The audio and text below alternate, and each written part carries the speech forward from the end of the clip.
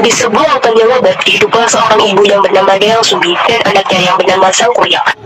Mereka hidup bersama seekor anjing kesayangan yang bernama Tumang.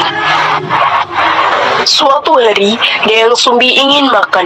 Deang Sumbi pun menyuruh Sang Kuryang ke hutan untuk berburu, dan Sang Kuryang pun pergi bersama Tumang.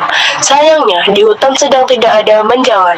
Sang Kuryang yang kesal pun mengarahkan panahnya ke Tumang, anjing kesayangannya. Tumang pun mati.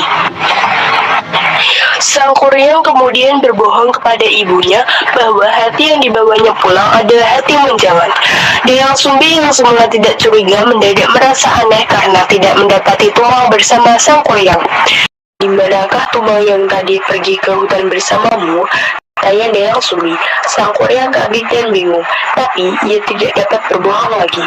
Jawabnya, "Maaf ibu, yang dimakan ibu tadi adalah hati Tumang." Seketika murkalah Deang Sumbi. Ia memukul anaknya itu dengan sentol sampai meninggalkan bekas di kepalanya, sambil berkata, "Kurang ajar, ketahuanlah si Tumang itu. Tumang itu ayahmu, Sang Kuryang, kau tega membunuhnya." Sang Kuryang pun diusir dari rumahnya.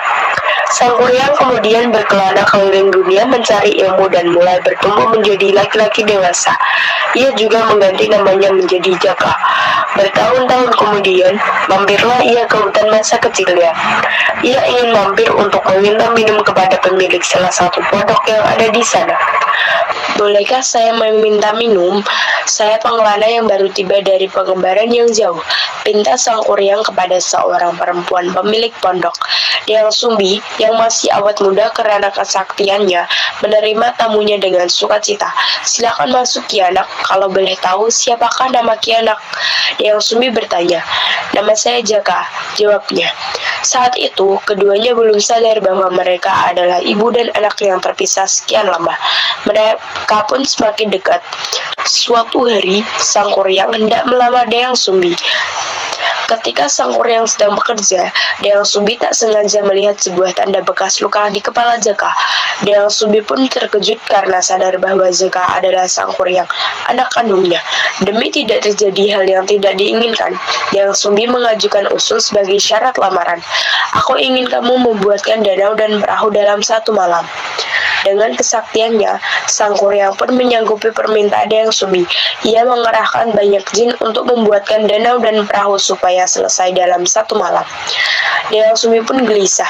Ia segera berdoa kepada Tuhan Yang Maha Esa agar kerja Sang Kuryang tidak selesai.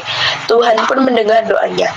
Bunyi ayam jantan berkokok terdengar, bertanda pagi sudah datang. Para jin yang membantu Sang Kuryang mengira itu sudah pagi, segera kembali ke alamnya. Tinggal Sang Kuryang yang marah karena pekerjaannya tidak selesai. Ia pun menendang perahu yang hampir jadi. Perahu itu jatuh melengkung di suatu tempat dan membentuk sebuah gunung. Kini orang-orang menyebutnya sebagai Gunung Tangkuban Perahu.